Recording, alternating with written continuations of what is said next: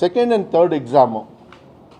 Second exam SSLC 26/5/2025 ಅಲ್ಲಿಂದ 2/6/25 ತಗೊಳ್ತಾ ಇದ್ದೀವಿ. ಅಂದರೆ ಈ ತಿಂಗಳು ಮೇ 26ರಿಂದ ಜೂನ್ 2ನೇ ತಾರೀಕುವರೆಗೂ SSLC 2ನೇ ಎಕ್ಸಾಮ್ ತಗೊಳ್ತಾ ಇದ್ದೀವಿ.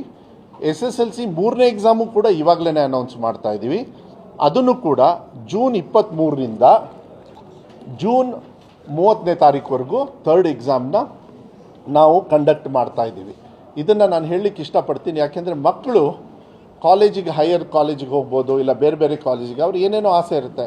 ಅನಿವಾರ್ಯದಿಂದ ಅವ್ರಿಗೆ ಹುಷಾರಿಲ್ಲೋ, ಇಲ್ಲ ಅವತ್ತೇನೋ they had a bad day, ಇಲ್ಲಾಂದರೆ ಎಕ್ಸಾಮ್ ಚೆನ್ನಾಗಿ ಬರೆಯೋಕ್ಕಾಗಲಿಲ್ವೋ, ಅದು ಕಾರಣ ಬೇರೆ.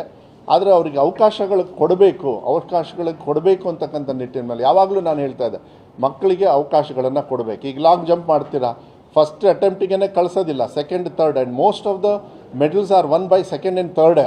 ಅವ್ರ ಇಂಪ್ರೂವ್ಮೆಂಟ್ ಆಗ್ತಾನೆ ಹೋಗುತ್ತೆ.